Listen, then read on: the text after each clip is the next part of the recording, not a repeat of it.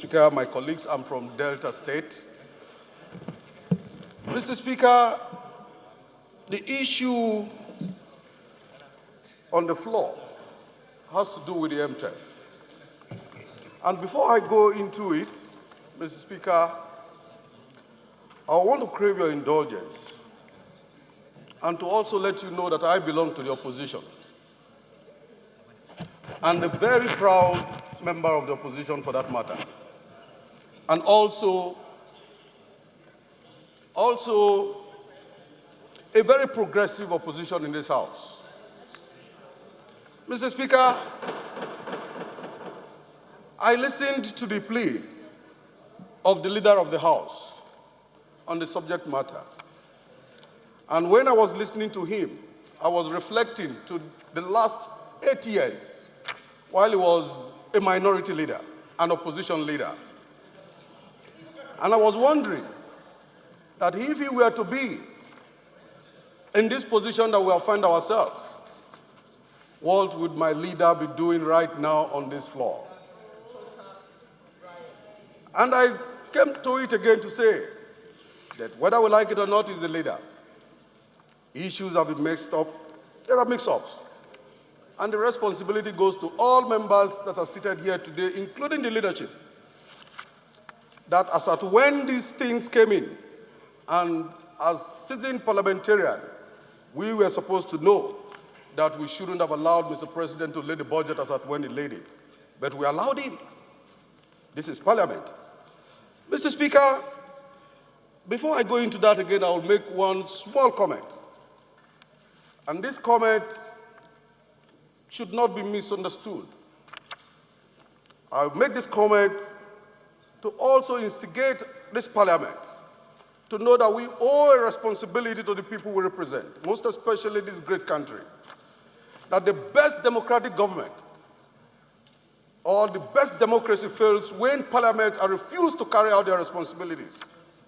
When they are refused, or when parliament itself refuses to carry out its own responsibilities.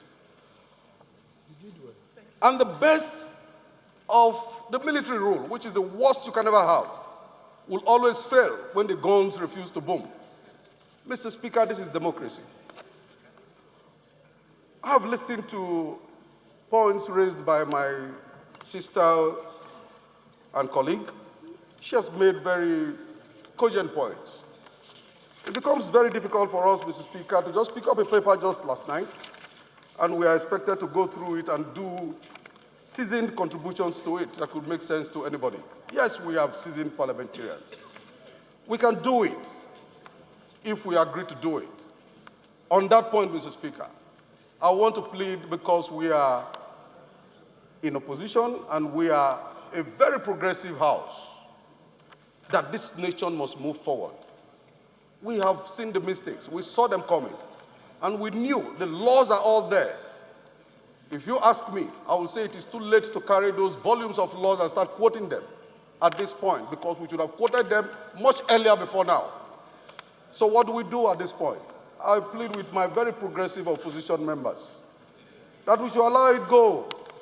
But the good thing is that I can see the leader actually sweating it out right now. He never let us rest. My leader will take the MTEF and allow it to go in the interest of this nation, in the interest of the people that we represent, and in the interest of those that actually voted for us to be in this great parliament. And so, the MTEF to me, I would say, I will only take on the issues which was raised by my sister, the issues of the production of oil and the sales of oil. Whether we like it or not, Mr. Speaker, as at this moment, the economy of this nation is predicated on oil. And as such, when figures are being reeled out about oil, we must be realistic, most especially on the fact that the Niger Delta is still boiling. Efforts are ongoing. I remember yesterday the Minister for Petroleum was in my state, meeting with stakeholders, which means issues are ongoing. They are discussing. As of today, I don't even know what the production of this nation is. Nobody tells us what the figures are. And to make matters worse, even when the so-called ministers are invited, they refuse flagrantly, they don't even attend. When you ask them questions, it's as if you are bothering them on issues that has to do with the progress of this nation. Mr. Speaker, this shouldn't be. 2.1 in 2018, 2.8 in 2019, and then about 3.1, if I hear you very well, in 2020. Mr. Speaker, this is very unrealistic.